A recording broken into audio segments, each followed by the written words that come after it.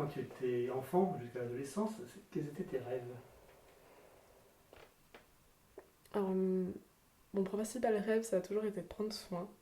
Alors, toute petite, c'était des animaux. Je voulais être vétérinaire au départ. Euh, Enfin, ma meilleure amie et moi, on voulait être vétérinaire. Elle est en train de faire ses études pour ça, donc je trouve ça. Je pense que je vais pouvoir vivre aussi ce rêve un petit peu à travers elle et ça me va très bien. Mais il y a eu un moment donné où les études de vétérinaire m'ont fait vraiment peur parce que c'était 7 ans d'études avec un concours au milieu et tout ça, donc ça m'a un peu repoussée. Et en plus, j'ai compris aussi l'investissement.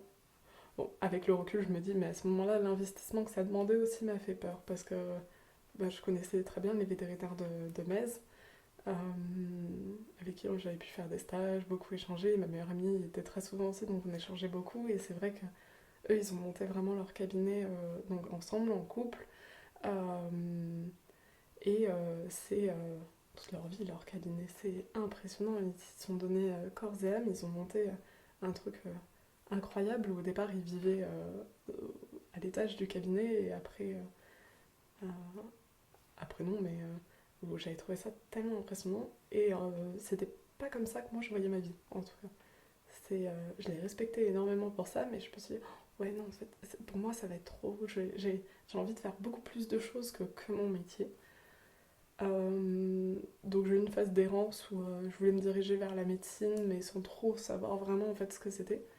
Et un beau jour, une collègue de ma mère m'a dit, mais oh, ça y est, je sais à qui tu me fais penser à ma belle-sœur qui est sage-femme. Je fais, ah bon, c'est marrant. Et puis en fait, petit à petit, je me renseigne, je rencontre une sage-femme, et puis en fait, là, j'ai compris que c'était ça. Parce que je voulais m'occuper de, bah du coup, faire du soin. Et le, la fin de la vie me faisait très très peur. J'avais pas envie de m'occuper de la fin de vie.